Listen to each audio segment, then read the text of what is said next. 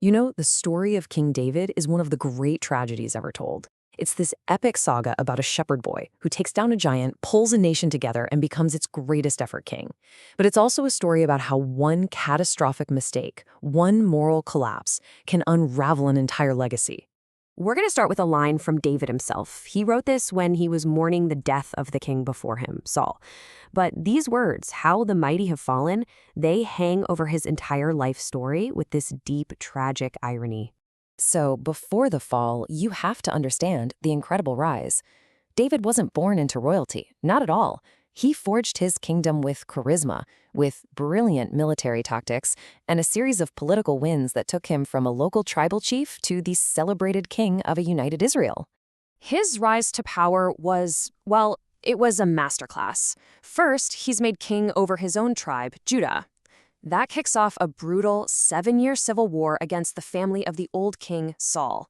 But the text says David grew stronger and stronger, while the house of Saul grew weaker and weaker. Finally, after all that fighting, every tribe in Israel sees which way the wind is blowing, and they make him king over the whole nation. He seals the deal by conquering Jerusalem, making it his capital, and he even gets a divine promise that his dynasty is going to last forever. I mean, at this moment, David has it all. The kingdom's united, his enemies are crushed, there's justice in the land, and a holy covenant guarantees his family's future. He is at the absolute top of his game. And it's right here, at the very peak, that the story takes its dark and dramatic turn. Everything that comes next, all the tragedy, all the bloodshed that's about to tear his family and his kingdom to pieces, it can all be traced back to a single moment of weakness. One catastrophic failure of character that would change everything. And you can feel the shift in the story with this one single, really ominous line. It's springtime. It's the season for war, when kings are supposed to be out leading their armies. But David, the great general, he stays home. He's idle in his palace, and this idleness, this complacency that comes with success, it leads him directly to temptation. And what happens next is just chilling. It's so calculated. It starts with adultery, but when Bathsheba gets pregnant, David panics. His first attempt at a cover-up fails because of Uriah's incredible honor. The man refuses to go home to his wife while his buddies are still at war. So David doubles down. He writes a death sentence and makes this loyal soldier carry his own death warrant. Can you even imagine? He orchestrates a murder, and then he marries the widow. The crime is complete. For almost a full year, it seems like David got away with it, scot-free. But then, the prophet Nathan shows up at the palace. He doesn't accuse the king, not directly. Instead, he tells him this simple, heartbreaking story about a rich guy who steals a poor man's only beloved little lamb. David, the king who built his reputation on justice, is absolutely furious at the man in the story. He shouts that this rich man deserves to die. And in that moment, Nathan springs the trap with 4 of the most powerful words ever written. You are the man. The king just condemned himself with his own words. Now, David does repent. He's broken, but some things just can't be undone. God forgives him, sure, but there are still consequences. And the judgment isn't David's death. No, it's something far more sinister, a curse of endless violence. Because David used the sword to murder Uriah, the sword will now be turned on his own family forever. And believe me, that prophecy starts coming true almost immediately.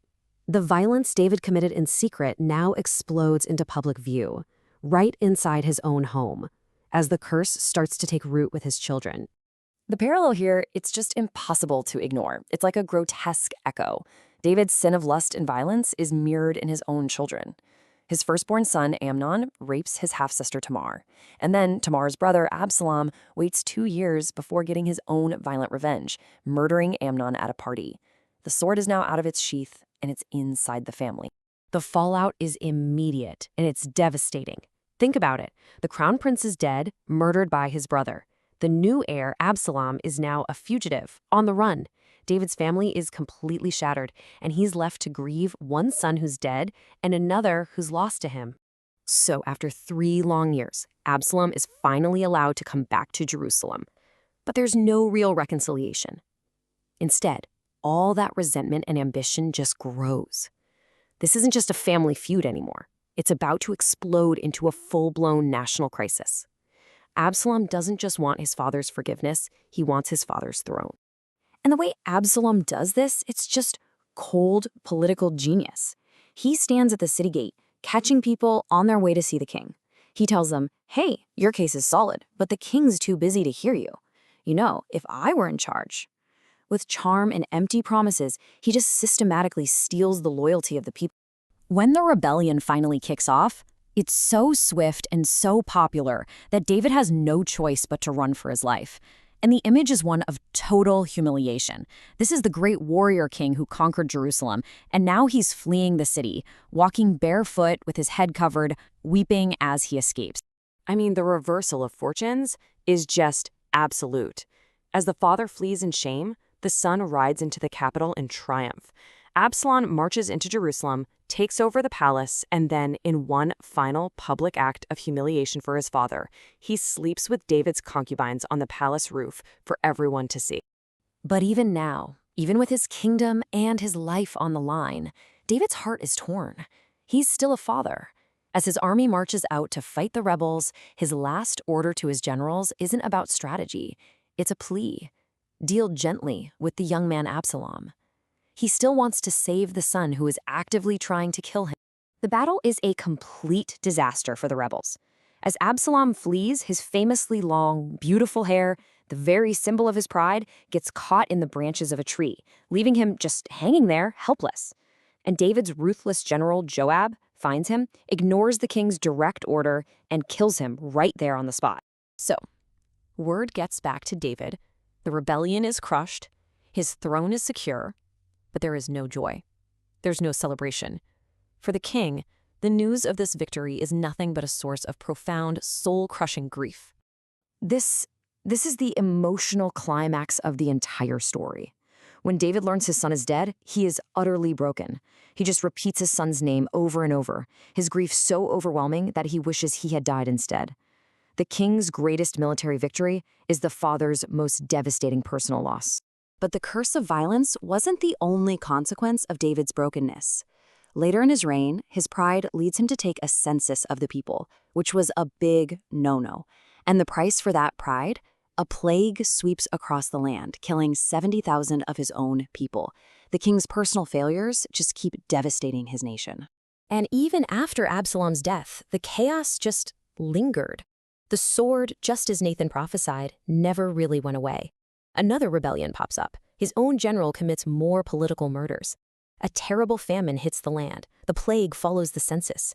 The end of David's reign wasn't some peaceful golden age. It was just a time of sorrow and chaos. And that's what we're left with, this huge question. David is remembered as Israel's greatest king, the unifier, the warrior, the man after God's own heart. And yet his story is also this profound cautionary tale about power, about sin, and the devastating generational fallout of a single moral collapse. It forces us to ask, how do you measure the legacy of a great but deeply broken leader?